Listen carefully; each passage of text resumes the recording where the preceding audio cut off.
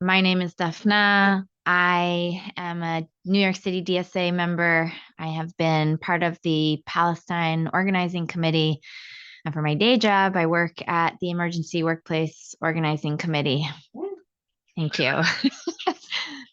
Love to hear it. And I'm really excited for this event because I think all of us kind of have seen a shift in how the labor movement has responded to the genocide in Gaza as compared to many years of a labor movement that didn't really touch the question of Palestine. Things have definitely shifted, and not in no small part because of people like everyone here in the room being a part of that labor movement and making those differences.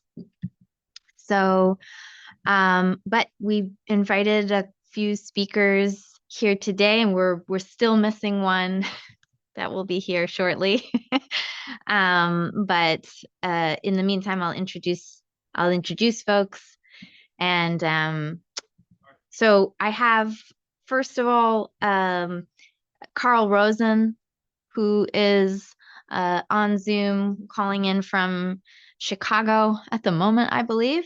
And Carl is the general president of United Electrical and Radio Machine Workers. There we go. I got that out.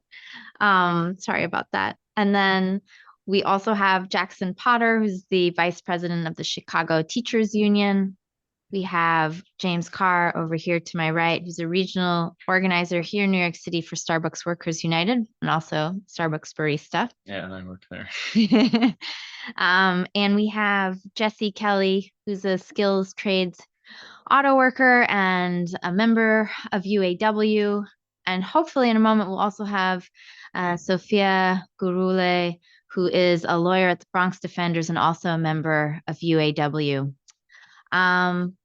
So I think as we're waiting for Sophia to get here, I'll just say that we have an ongoing campaign that you can always call your congressperson again.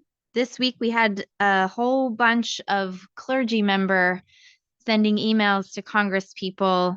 So if you go to New York to socialist.nyc/Gaza, you can find that link and take action again. You can also join a phone bank, No Money for Massacres Solidarity Phone Bank. I'll put that in the chat as well. Okay, has a little one next to it. And then finally, if you're not yet signed up to the New York City DSA mailing list, you can do that here and find out about more things that we're doing. Okay. So once again, nice to see everybody. I'm going to start and I'm going to basically ask, first of all, for us to go around a little bit through all the different speakers just to get a sense of the basics. So each one of you, I'm hoping, will tell us about your union. Who do you represent? How many members, and how do decisions get made in your union? Some of those basics. And I see, I'll start with Jackson, and then Carl, and then Jessie. Hey, everybody. Yeah, with the Chicago Teachers Union, we have about 30,000 members, education workers, ranges from clinicians to paraprofessionals, clerks, teacher assistants, and educators in K through 12 and pre-K. And typically, we have monthly meetings during the school year for the 10 months that school's in session. And those meetings will start the first week of the month with an exec board meeting where, major business will be considered items for action. And that's a group of about 50 functional vice presidents from these different job categories. And then that'll be followed a week later by a House of Delegates meeting, which has proportional representation from each of our schools, both in the charter division and the private sector that we represent, and in the big contract with Chicago Public Schools. And that's where official positions are voted up or down, and where we adopted the ceasefire resolution that we'll talk about later. Carl from from UE. Hi, thanks, and thanks for putting this together today. And solidarity to everyone here. UE, currently our number of people we represent is in tremendous flux for really good reasons. We have been organizing so much the last couple of years. I can't honestly tell you exactly how many we represent currently, but we're probably in somewhere in the 40,000 range. Historically, we were the union for people who made electrical parts, hence our name. And also some in the machine industry. Most of that industry has left this country long ago. Policy of U.S. Imperial foreign policy that made the rest of the world safe to move U.S. manufacturing jobs overseas. So we have greatly diversified. We still have folks in our original core people, who make locomotives in Erie, Pennsylvania, which had a big strike this past year. But we're in all kinds of other areas: public sector, service sector, government subcontractors, other private industry, not-for-profit, and lately doing a lot of organizing amongst graduate workers, which is a nexus for this organizing work around solidarity with Palestinians too, and I'm sure we'll get into that at some point. In terms of our decision-making at a national level, we have a national convention every 2 years that's made up entirely of delegates from locals across the country. It's not, not staff. As delegates there, it's people who are working full-time in workplaces. They set policy for the coming 2-year period.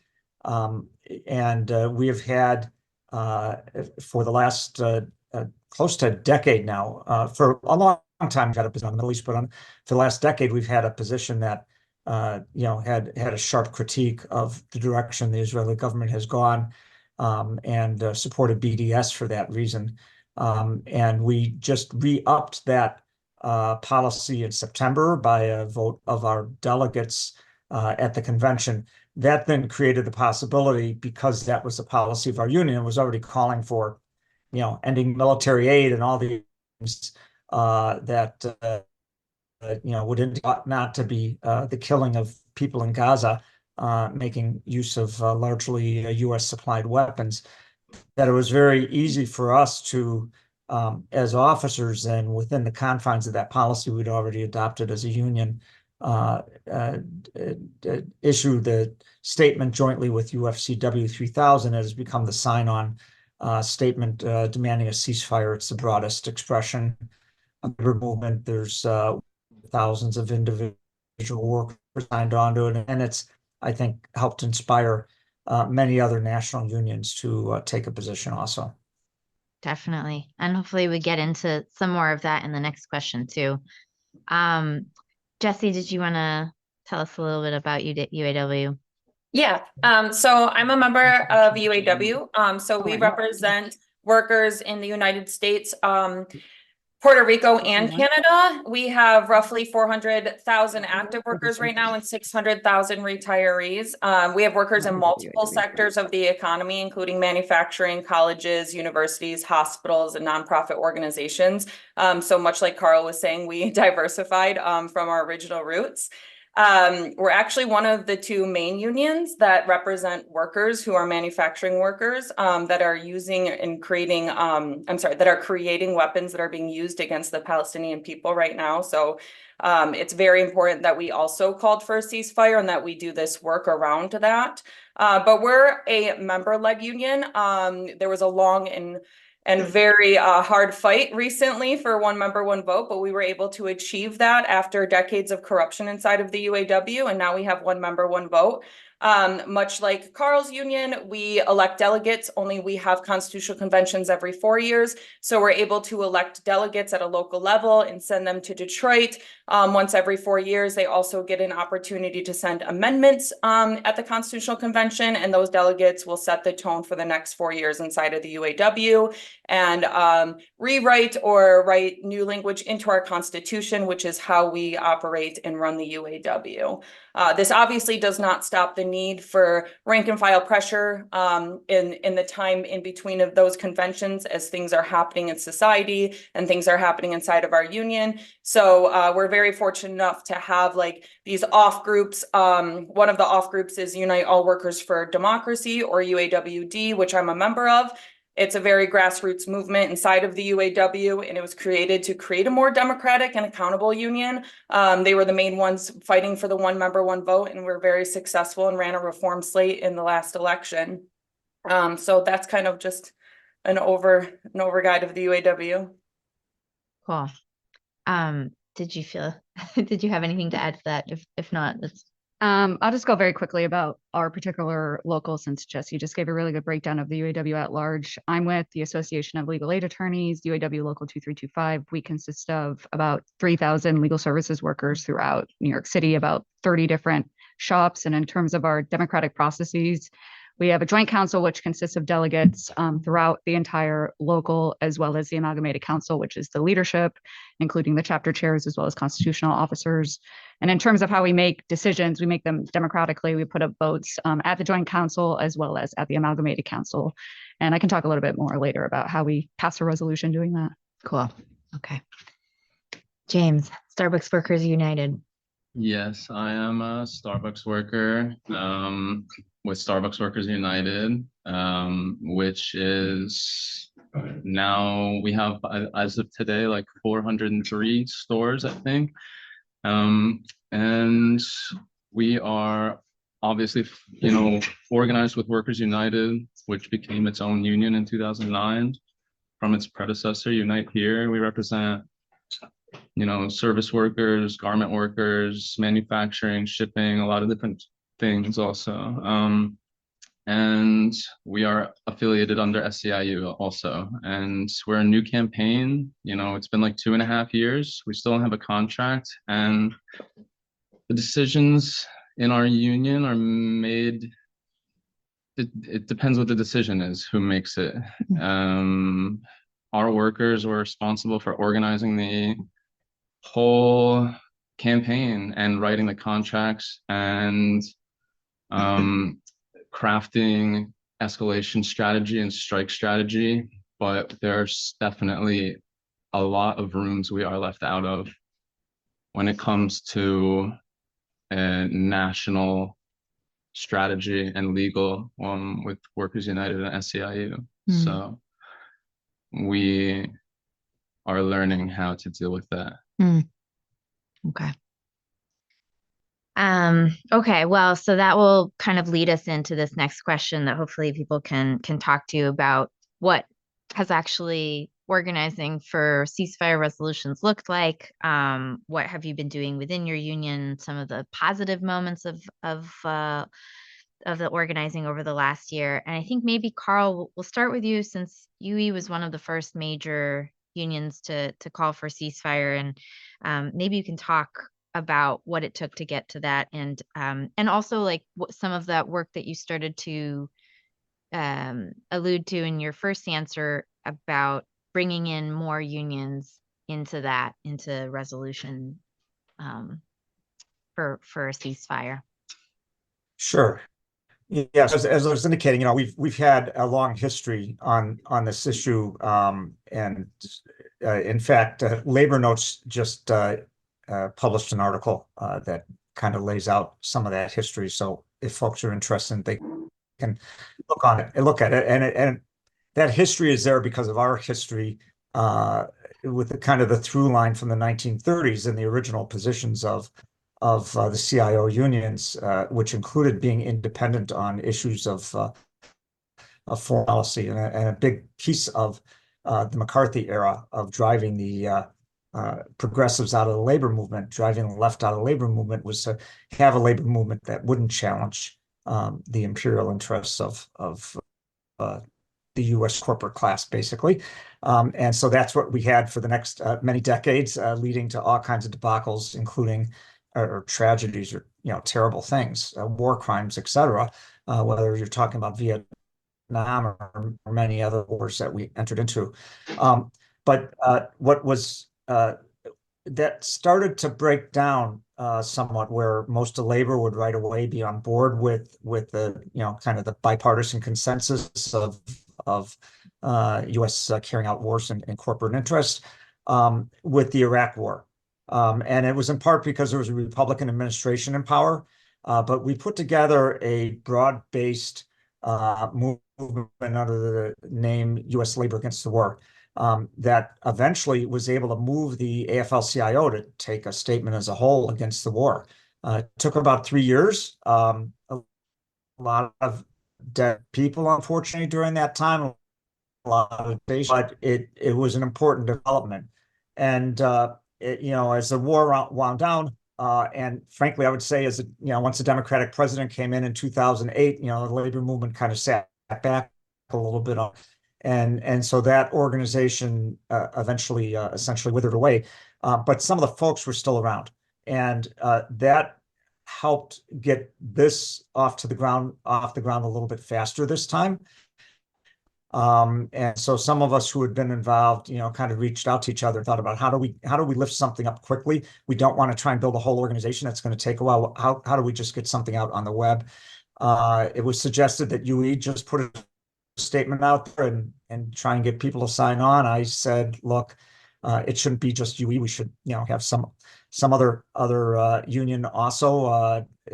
So it's not just an organization that's not inside the AFL-CIO, amongst other things. So we did a little checking around, and with some assistance from some friends, made contact with UFCW 3000, a fairly independent-minded, very large local out in the state of Washington, and it, kind of talked back and forth along with some of the other folks who used to be involved in U.S. Labor Against the War, some folks from Labor Notes, and we came up with a fairly, broad statement that we thought, most unions of goodwill could sign on to, if not immediately, eventually, and got it out there. And it snowballed to the point that, an overwhelming majority of U.S. labor members are now in unions that have endorsed that statement or something very close to it. And that led the AFL-CIO to actually issue a statement too, and what's incredibly important about this is not only that, we're making an attempt to right a wrong that's going on right now, and it's just critical we ought to be doing that, but that we're doing this with a Democratic administration, which is unheard of. Now, part of it is, I think, because unions are recognizing what great damage Biden is doing to his own reelection at this point. And so they're willing to intervene for that reason also. But it's also, there's a good section of the labor movement that recognizes that this is just a terrible thing that Israel is doing to the people of Gaza right now. And obviously there's been a lot of rank and file involvement in helping move the union leaderships. And what's also been interesting is, the report back from every national union leader we've been in touch with, and we've kind of coalesced folks now, a section of the national unions that have signed on to this, and some of the big locals also, into something called the National Labor Network for Ceasefire, and that's a website, laborforceasefire.org, where you can sign on to the original petition. But what we're hearing consistently is they're getting little or no pushback within their own ranks once the national union signs on to something. So they're getting a push to sign on and no push against it, because this is a pretty clear-cut issue at this point. Mm-hmm. Thanks, Carl. I'm gonna ask actually now James about Starbucks Workers United, because things got pretty heated there. Also, very quickly in the first few days, really released a statement in solidarity with Palestinians, and the company sued you at that point, and there was, a counter suing. But I guess I wonder, like, I feel like there was a time where it would have been okay. The Starbucks is saying they're in support of Israel, and somehow that's okay. But I'm not sure it worked in their benefit this time. And I guess I wonder, do you think in some degree it might have even strengthened the union? Because it seems like now we're fast forward a few months, and you've forced this extremely anti-union company to sit down to negotiate in good faith for a contract for, I think, is it like 10,000 workers now and 390 some stores across 43 states. I mean, this is a kind of a new moment for Starbucks Workers United, and also even negotiated a process for unionization in other stores. So I guess I wonder, is there a relationship between your international solidarity and some of the success or the leverage that you have right now? Yes, everything that everyone's been hearing in the news about Starbucks agreeing to negotiate with us is all because of Palestine. Yeah, we tweeted like immediately after October 7th. We were like, solidarity in Palestine on Twitter. And then our like leadership, it's important to say, like they don't want us to say that. Our union leadership, you know, they didn't want that. And then Starbucks sued us. So it was kind of like a bad situation for a second, but then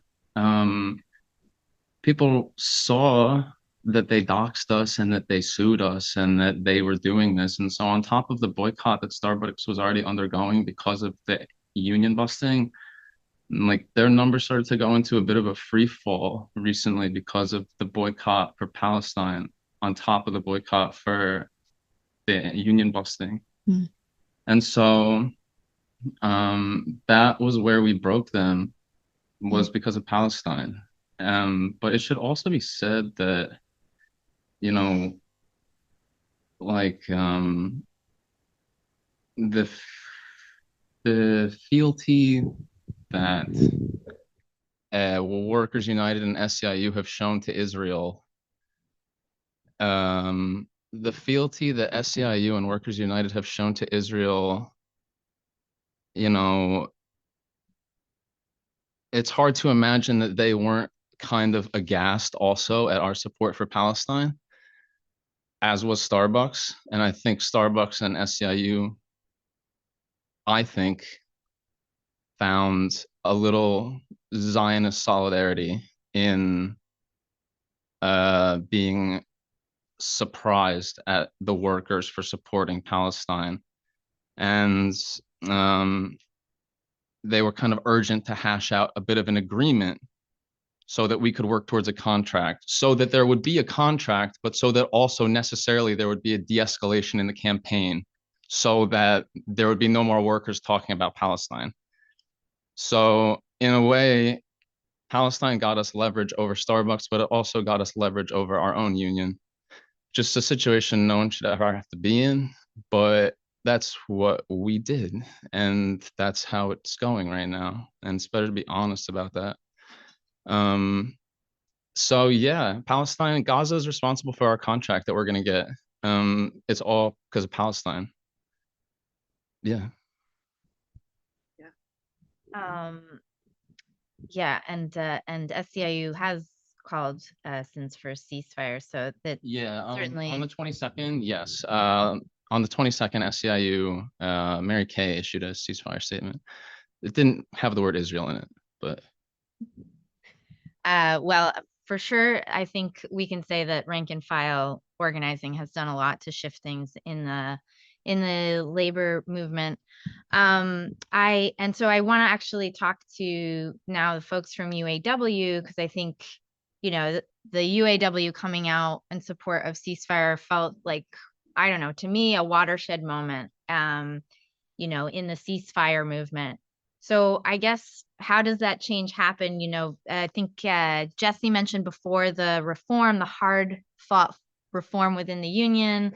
And I'm wondering how that impacted the union's position on Gaza and its willingness to lead on that question. And what are some of the challenges, nonetheless, in organizing for ceasefire within such a large and diverse union, or any other backlash that you face? And I think for you, Sophia, in particular, if you could speak to the attack of the government on your local, that would be great. And I don't know if you want to go first and then Jessie, or does that work, Jessie?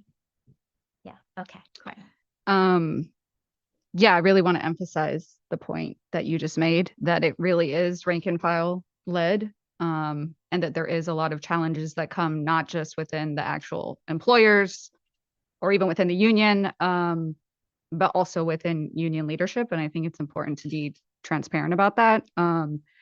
You know, in terms of how folks have been organizing for Palestine within the UAW, there's hundreds of workers within UAW Labor for Palestine. There's also Labor for Palestine, which has existed for 20 years, and the growing Labor for Palestine National Network, which includes rank and file caucuses and rank and file workers from different parts of the country who are trying to unite specifically under certain demands, specifically demands pertaining to the Palestinian trade unions, because the Palestinian trade unions did put out a call to stop arming Israel and to stop complicity with Israel back in October. So a lot of the rank and file organizing within the UAW was related to that call specifically, because as labor, we should not be crossing these types of picket lines. And I think Starbucks workers, like, really, because y'all were some of the first people to speak out, also understands that. In terms of the attacks on my specific local, I mean, it's been pretty nonstop since October. I mentioned that I'm from 2325. I'm also from the Bronx Defenders Union, which is part of that chapter. And we did a statement back in October 20th.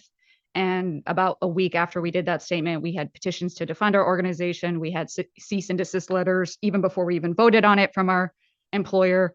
We had the New York Post editorial board come after us. We then had the New York Times come after us. We had members of our own 2325 wide union sue us to try to stop the vote before we even were able to finish the vote. That was about a month of litigation. And then at the end of January, the same committee that's been investigating, the same congressional committee that's been investigating different universities, led by Representative Virginia Fox, sent our local a letter for a congressional inquiry into anti-Semitism.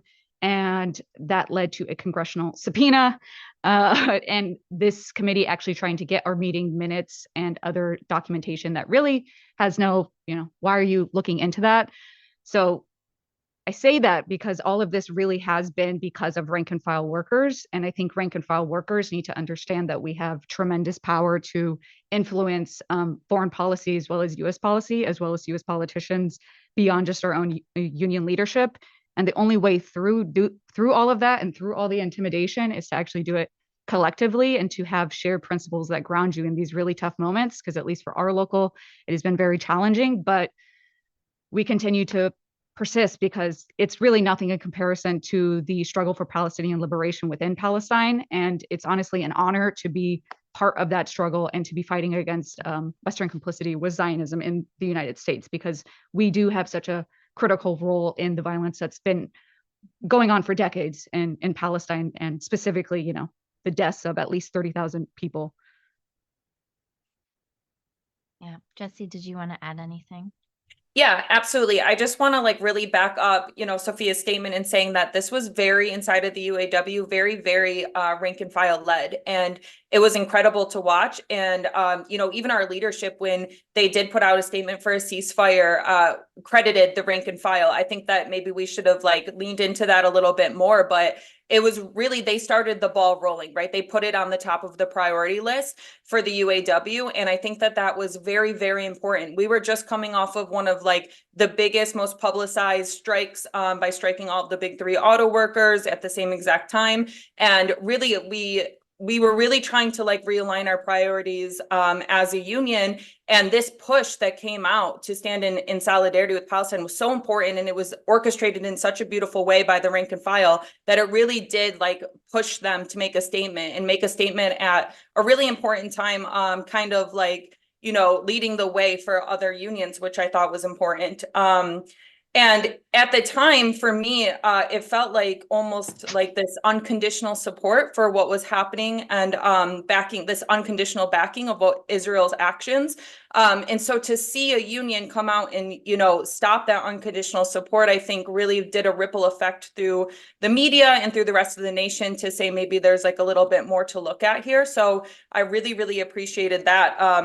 So we were kind of lucky in the UAW in the terms of being one of the first ones to do it, but it actually left us in a harder position, because the real thing isn't the statement. The statement is great and it leads the way, but the tough question is, what do you do after the statement, right? So we were able to kind of get there first, and like start this work a little bit early, but that is the harder question. I think that, you know, right now it's now easy to kind of make this generalized ceasefire statement, and then now it's what do you do? And for us, it's been frustrating because we got that early on, but it doesn't seem like there's much action. So again, we have to keep going with rank and file movement to push our leaders to actually act on that now.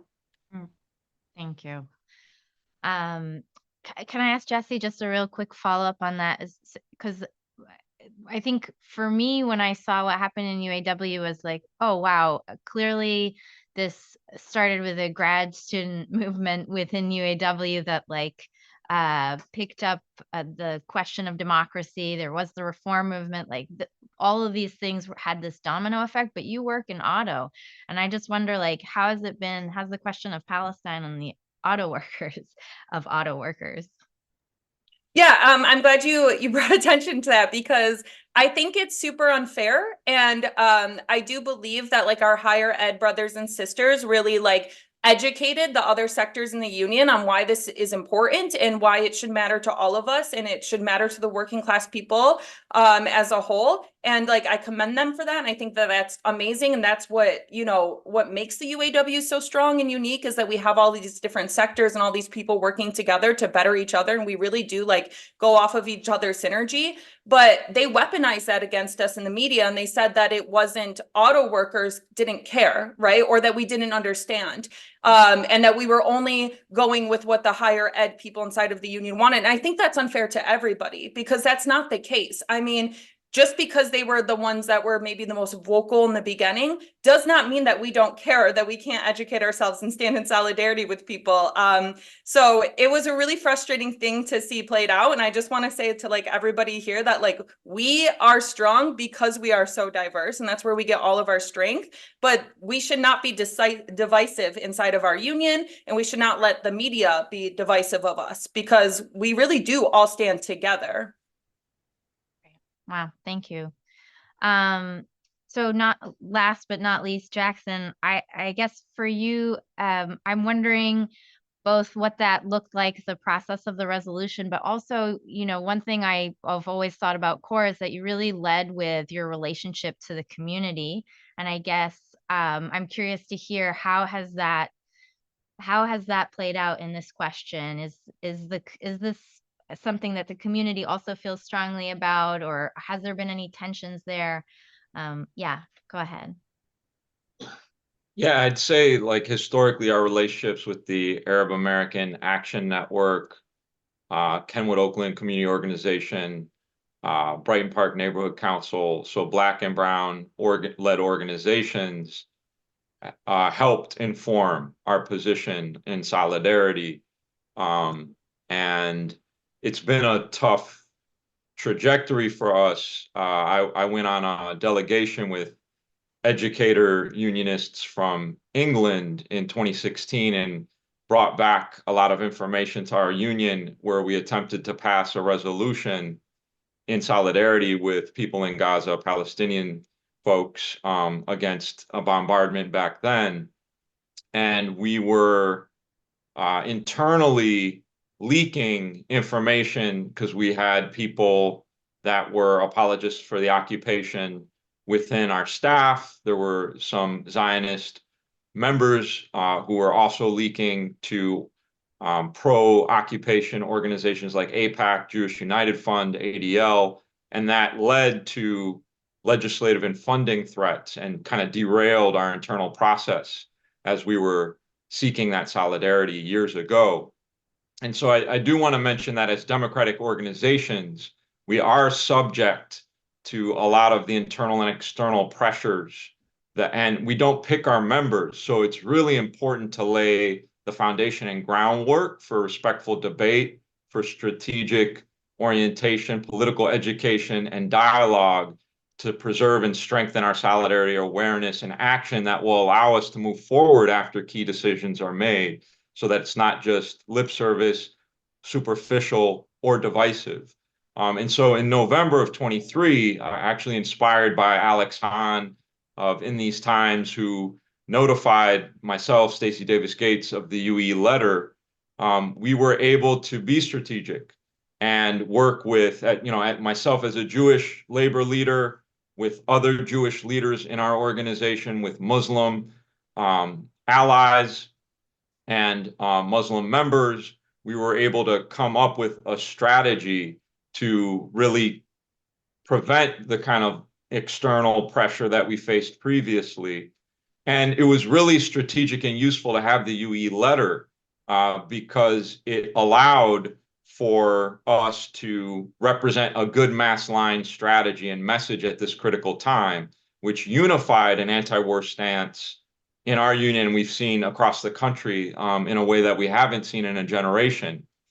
Because in a letter that the UE drafted, you can't amend it. It's either a yes or no question. So it was immune to some of the maximalist arguments we had seen previously that often divide or confuse some of the middle forces in the union, people who don't have strong opinions on questions like BDS or apartheid or genocide, but do generally support human rights and find it abhorrent that their government would provide weapons and funding to rain down bombs on children and unarmed civilians in Gaza or the West Bank. And so that was a unifying method by which we were able to get overwhelming support.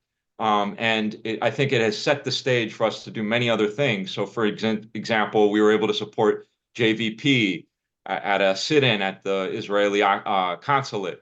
We were able to assemble some of the labor forces in Chicago to help get past the ceasefire resolution in the city council and become the the largest city in the country to have passed that resolution. So I think some of those considerations are really important as people consider ways and means, get their own unions more mobilized and aligned. And certainly what happens moving forward is critical as well. Great. I keep doing that. I don't know why I keep forgetting. So used to unmuting myself. There is a question in the chat that I don't know if you wanted to respond to, Jackson, but did you see any pushback from the national union or was that an issue? I think since we went out on strike against the wishes of both our local labor officialdom and our national leadership, and were successful in 2012 despite the kind of fears that the sky was falling. That has not happened since then, and we've had the ability to maintain our independence and autonomy on such questions. I will say I think us taking the position we did pushed the AFT and the AFL to take the positions they did, and our own state federation of teachers. I don't think their statements are as strong as I would have preferred, but never in a million years did I think that would ever happen either. So I think we have to really consider this moment as being a historic one. And my good friend Lois Weiner, who's on the call, great comrade, has pointed out, if you look at the Shanker Institute's map of democracy, they list Israel as a free state and Gaza and West Bank as unfree. Get your head around that contradiction. Take some time and think about that one. But clearly, there's still lots of those issues that we need to sort out in our movement. Okay, so sorry in advance, so people know we did start late, so we're running a little bit behind, but I want to give an opportunity to the speakers to really speak. So we might go a little bit over in order to get to the audience Q&A, but that's why I wanted to take a question real quick there. So we brought this up before. I think maybe it was Jessie who said this, or someone said that, well, okay, the resolutions are nice, but how do you actually move into action now?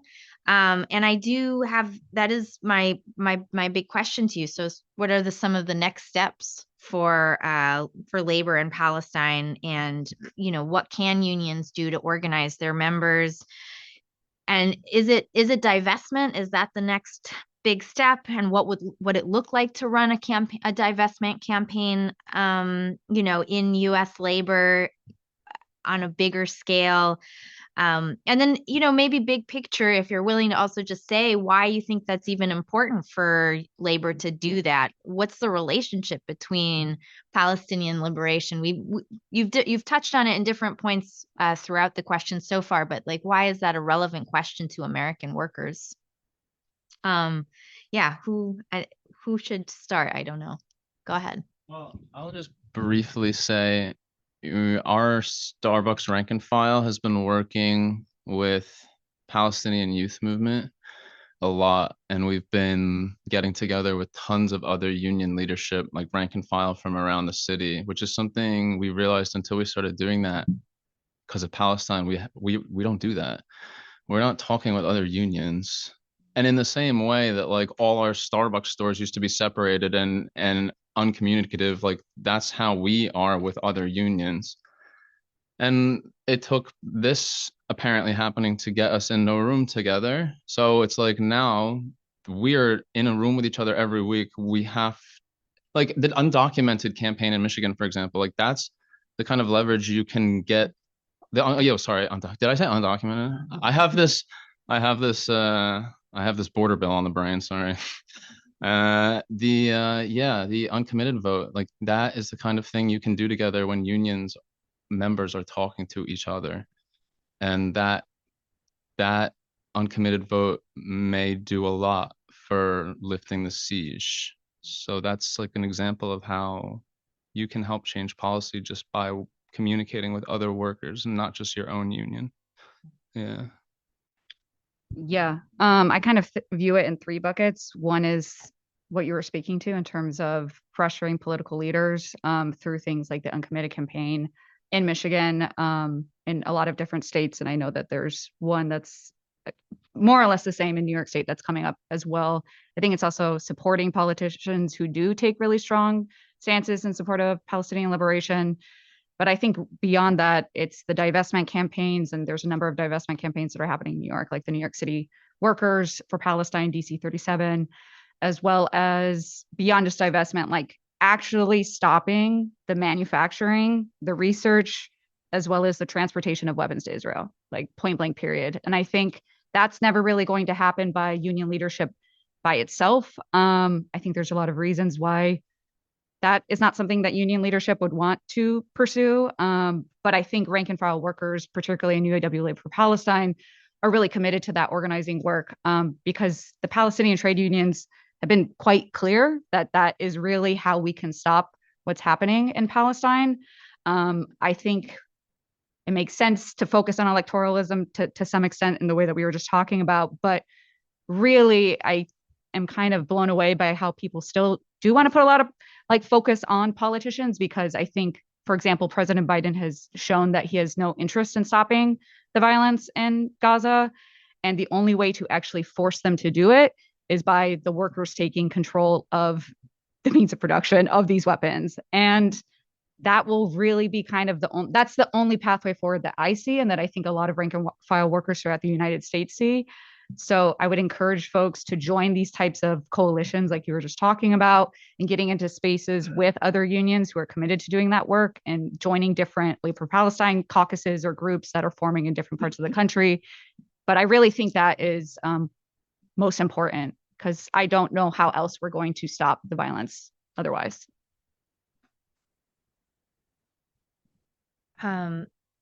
Anyone next from our Zoom speakers? Go ahead, Carl.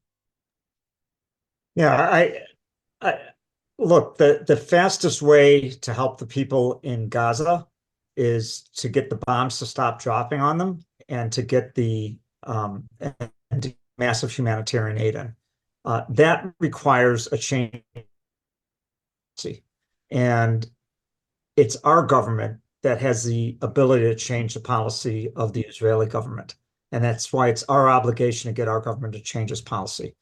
So I really think most of our focus needs to be on the Biden administration, not because we expect that Biden is going to wake up one day and see the light and change his whole worldview, but because the pressure of the American people can make them change, just as has been done historically. That's how the Vietnam War stopped. eventually. I mean, I grew up in a white working class conservative area of Chicago in the 1960s. And it was when the people in those neighborhoods in the early 1970s started to join the massive demonstrations against the war that the war came to an end, because those were the folks who were the troops in the war largely, and African-American communities too, obviously. We've got to make sure that it is clear that Biden's electoral is not going to support him if he continues this war, or supporting this war. Now, I will say this: he's actually changed his messaging very clearly over the last several weeks. Hasn't changed the policy, but they recognize that they've got to at least change the messaging. It's not nearly sufficient. And people are still seeing on a daily basis the horror that's coming out of Gaza due to, the U.S. supported Israeli policy there. So I do think what unions need to do is start getting their members actively involved in the protests that are going on in most cities on a regular basis. And so one of the things the National Labor Network for Ceasefire has just done, NNU actually took the lead on doing, is we've printed up banners and placards so that as demonstrations get called in different cities, we can get people out there marching under labor banners. We should be putting together labor contingents in these marches, show that there's a big action of the labor movement that is calling for a complete cessation of the violence and the bringing in of humanitarian aid. We need to also think about how we tie in internationally with other unions. As usual, the rest of the labor movement around the world is well ahead of the U.S. labor movement on this. The mention of trying to stop the provision of weaponry to Israel, that is at this point the main demand of unions elsewhere in the world. They didn't take any time coming to a ceasefire demand. Their organizing now focuses on that next step. And again, U.S. government policy is important in that. It certainly would be helpful, for actions to take place like have in the past have actually disrupted the ability of weapons to get shipped overseas. I mean, the West Coast Longshore International Longshore Workers Union in the 60s and 70s certainly played a role in that on the West Coast, trying to disrupt continued military aggression in Vietnam. So, the political situation is a little bit different now than it was then.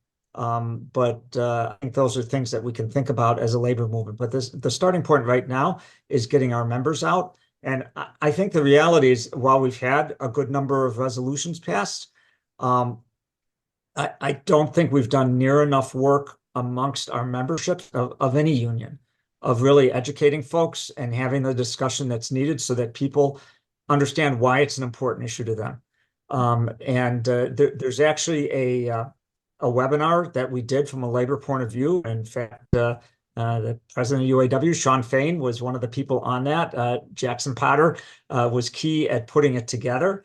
But we had several other people. It was a very, very good webinar that can kind of be a basic introduction for members to start to understand why. And it addresses issues like, why does this matter to the labor movement? And you can find that at the laborforceasefire.org website. And I would encourage you to make use of it.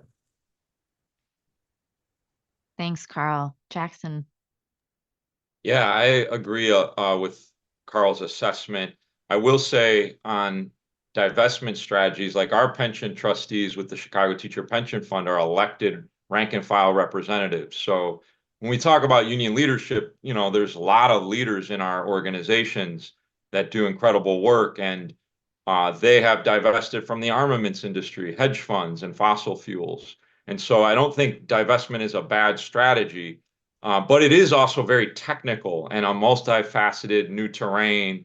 And we haven't yet, to Carl's point, fully consolidated the power of this moment and the unity and alignment we've built across 9 million workers represented by their unions that have signed on to ceasefire resolutions.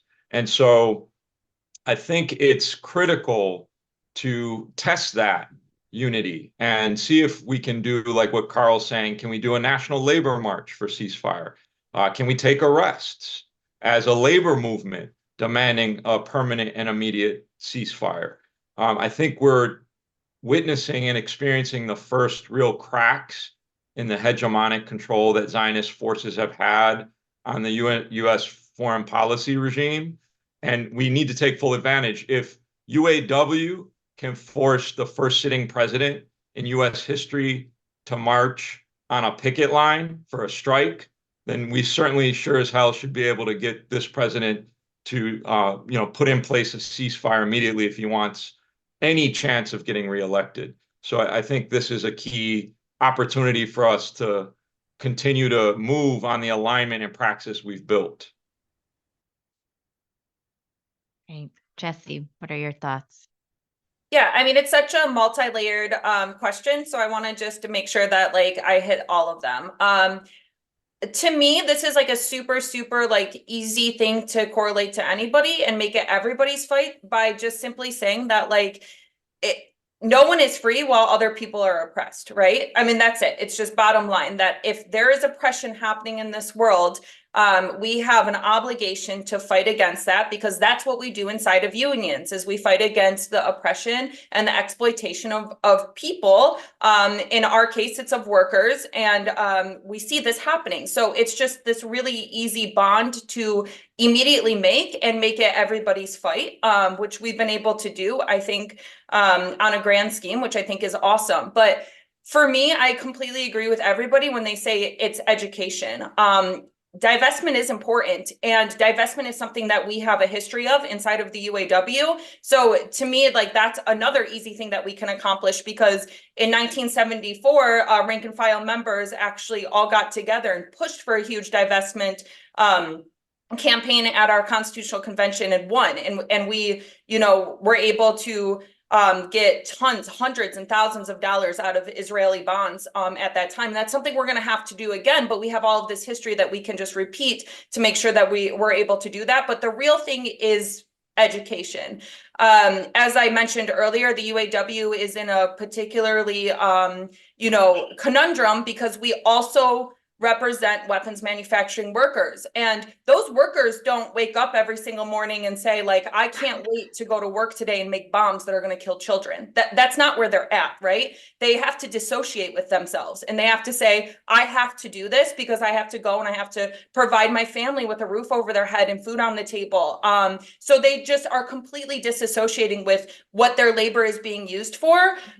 So what we need to do, really, the only answer to me, is the empowerment of workers. And making sure that those workers feel empowered enough to ask for a conversion program, for a just transition, to make sure that their labor isn't going to this horrendous acts against humanity and genocide. And they should feel empowered enough that they don't have to give up their livelihood to fight this fight, and they don't have to choose between their job and being able to support their family or feeling moral about the things that they're doing. And I think it's our job to make sure that they can fight for a just transition, and, like, this idea of a war economy to a peace economy. And it was something that Walter Reuther actually was working on right before his death inside of the UAW to fight the war of Vietnam. And he was trying to work on this and what a conversion program would look like, and how much better those workers would feel if they went every day and they created products that sustained our society and helped with our infrastructure, and they could feel good and they could have pride in the things that they're doing and pride in, like, what their manufacturing and their labor power is going for. To me, that's the answer, is that we have to empower these workers. And once we empower these workers and show them that they have all of the power and they can demand something like this, I think that they will. And if they stopped using their labor, it all stops. It's that easy. They just need to know that they can. And I think that that's our job right now, is to educate them on that. Amazing. Thank you so much. I feel like so much of what you all are saying right now is laying such a powerful vision for what a more political labor movement can really look like. So this is a sort of specific question, and feel free, whoever wants to respond can, but we're in this what feels like pretty much a rock and a hard place with this election coming up, because we have this genocidal maniac in power right now, and the other option is a sociopath. So what what is, I guess, the role of labor right now? Obviously Biden has been good for within the NLRB in particular. Someone mentioned that he marched on a picket line. So is this a contradiction for labor, or what are you weighing when you're thinking about labor's role in this election cycle? Well, we can start with our in-person folks, or if you feel ready, or I can ask someone from the Zoom. I'll start. Okay. Try to keep it brief. I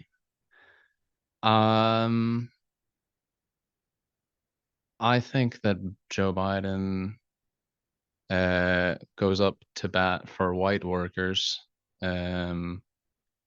but his treatment of Palestinians and of asylum-seeking migrants, it's just white supremacy. You don't care about any other workers except white workers. So, but I mean, Trump's gonna try to get the NLR, like he's gonna try to get unions banned. So I don't know what to do. That's what I'll say. It's a white supremacy or unions getting banned. So it's tough. Yeah. Yeah. We can't endorse Joe Biden as this wages on, like as unions. We can't do it. I know that the UAW already did it. I'm speaking as a rank and file worker, as someone from UAW Labor for Palestine, where tons of workers opposed that endorsement precisely because of the fact that we had just taken a ceasefire resolution like a month before. I think it was a mistake to do that. I think there's a reason why Sean Fain was at the State of the Union, which is that Biden knows that he needs labor to win. And so if we have that much power, I don't understand why we wouldn't be wielding it as labor to stop the genocide and to stop the settler occupation and apartheid regime, which is Israel. I don't think we need to just be focusing on going to protests and all of that type of stuff. I think we really need to be thinking quite seriously about how we change US society through labor, because I think the fact that we're even put into a position where we have two white supremacists, to your point, running for office and we're expected to choose between one or the other shows how actually undemocratic our society is. So I think we really need to take seriously, like, how do we really force these people to act? How do we actually stop the bombing ourselves? And how do we make them be responsive to us rather than us just going out and campaigning for them and then like hoping for the best? Because clearly things are not good right now. I think we also need to think about democratic processes beyond just federal elections. I think we can think about it within our own unions, to a point that Jessie was brought up earlier about one member, one vote. That really did change and make a significant impact within the UAW. And I think unions are democratic institutions, or should be democratic institutions, by which we can actually push those substantive material changes beyond just, endorsing him and then going to the State of the Union and calling it a win. Because I don't know why we consider Joe Biden to be the most pro-union president, when just because he went to a photo op on a picket line, when just 2 years ago, he passed a bill to break up the railroad strike. And then 3 months later, there was a railroad environmental disaster, which was directly tied to some of the demands that the workers had been fighting for, that he opposed. So I think we really need to think about our role as just workers and think collectively and think about our own collective power, rather than trying to offload that power into certain, candidates. The candidates will do whatever they want to do unless we force them to do something differently. Thank you. So I'll give it to Jessie and then Jackson. Yeah, so thank you for bringing up that point. I mean, that's completely correct. He did impose a contract on railroad strikers, or people that wanted to strike, that were railroad workers. He imposed a contract on them, which feels like the most like anti-union thing that somebody could do, is by saying like you don't have the right to withhold your labor, when that is the biggest power that we have inside of unions, is the right to withhold our labor. So it was extremely frustrating being a union member at that time. And I just want to highlight that over and over and over again, because these politicians work for us. And when he came to align, I get that that's important. And I get where it was like awesome that the UAW held so much power through their strike action, that it was able to persuade the president of the United States to come to a strike line. That's never happened. But I want to be clear here, like, it was the pressure of the rank and file workers and the sacrifice that those striking workers did, and the fact that it was going to hurt the economy, that forced him to come. And it helped him a lot more than it helped the UAW to show up on that line. It really, really did. So I don't want to make it seem like, you know, like, oh, the UAW won because Joe Biden came on the line. No, Joe Biden won votes because he came on the line. It helped him. It was a self-serving move. I am just so sick of living in a society where it's the lesser of two evils, or where it's even like a just argument to say to somebody, just plug your nose and check a box in November because it's going to be better than what it could be, right? And we've just been operating in this society for so long out of fear, and you're never voting for somebody, you're voting against somebody else. And why is it like that? It just should not be like that. And I think unions and labor and the working class of the United States can change that if they just try, if they collectively work together in solidarity with one another and have that communication. We can change that. We can make a working party. We can scare them so that these two-party systems that isn't working anymore actually produces politicians that are working for us, that will be accountable to us. And I get that we can't do that right now, but that is what we need to do in the future. And that's what we need to be like focusing on. I wish that we wouldn't have endorsed anybody inside of the UAW. I wish that we would have withheld our endorsement until some more of our demands were met. And I get really upset because even if we were going to endorse them, which we did, this unconditional support and this like propaganda machine that is now happening off of that endorsement is very, very frustrating as a UAW member, because I get that we might be in a position where we have to do this in November. I totally understand that. But we cannot act like this is the best thing that's ever happened to the union, that he's running for president. It's not. And I mean, every day you can go online and you can see, these videos and these pictures of like children, Palestinian children that are starved to death, or they're shaking because they had so much trauma.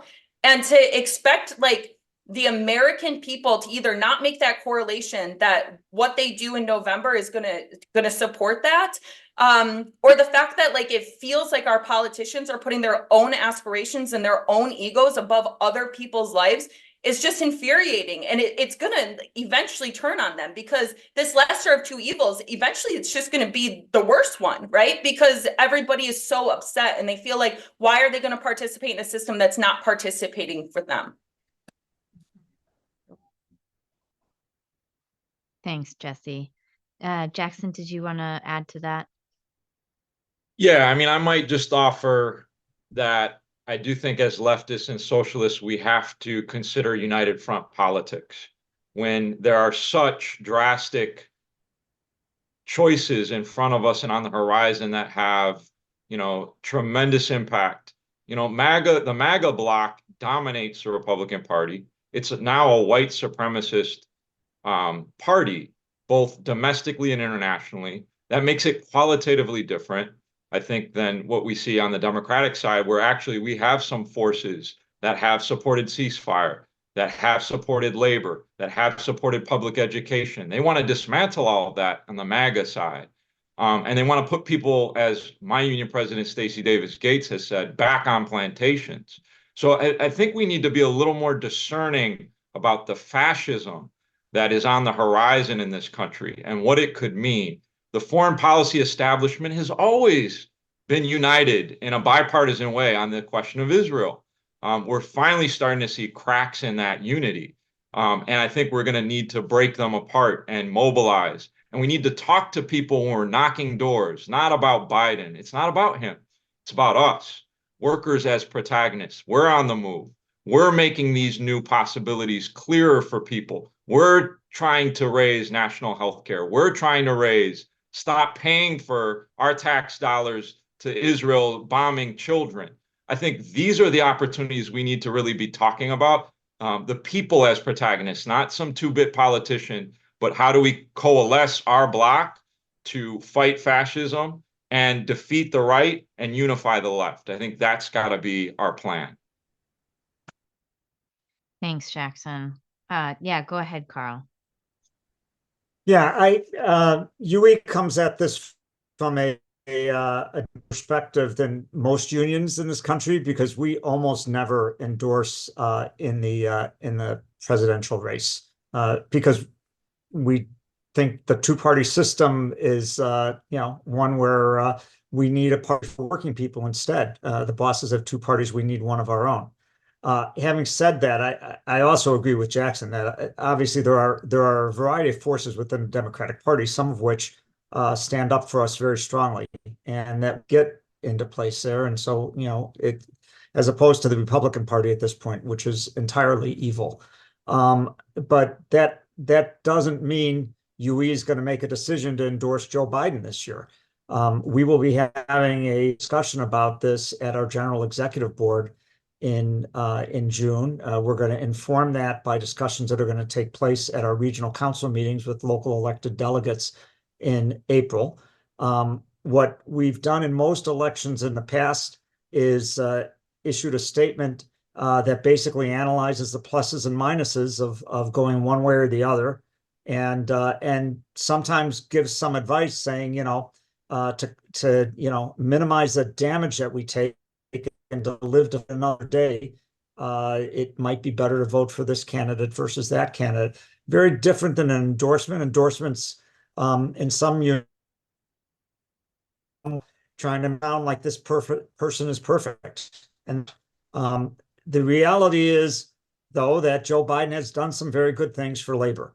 And, he's called the most pro-labor president, in part because he's done some good things, in part because the bar was awfully damn low because of the presidents before him. And I will also say a lot of that is the fault of the labor movement. Even this, what was just discussed here, I couldn't agree more that no U.S. president who wants to be considered a pro-labor president should be, stopping anybody from having the right to strike. On the other hand, there is no doubt that some of the heads of the rail unions wanted him to take the action that he did. They did not want to take their members out on strike for a variety of reasons that have to do with just the conservative nature of union leadership in this country, particularly in craft unions, which is what most of the rail unions are, and having to do with people being afraid of their own members too. And it's been a long time problem in the labor movement, and and we can go back to we should have a labor party in this country. There was an effort to try to push that in the 40s that got destroyed by the McCarthy era. There was another effort to put it together in the 90s that my union was involved both times, we couldn't get major sections of the labor movement on board, despite the fact that we were staring at Bill Clinton as the best that the Democratic Party could produce at that point, who probably did more to damage the movement than any other president about other than Ronald Reagan. So labor has to take responsibility for where these things stand, but our members and the working class are going to have to live under whoever becomes president at the end of this year, and that's something that we really have to contemplate within the union movement. Thank you. Thank you so much to all of our speakers. Those who came on Zoom, those who came in person. I think these are exciting times for the labor movement. I do want to also say that oftentimes, at least for me personally, in these moments, in these spaces, I can feel really excited. And then of course we go home and we're feeling devastated by what's happening. And ultimately, that's what we're here for. We're here for a very serious fight. It means that there's going to be a lot of challenges. It means that there's going to be a lot of arguments about how best to go about it. But I think ultimately what we're doing here is trying to free Palestine. So thank you all for coming. Thanks for being here with us. And Thanks for having us. we'll see you all soon.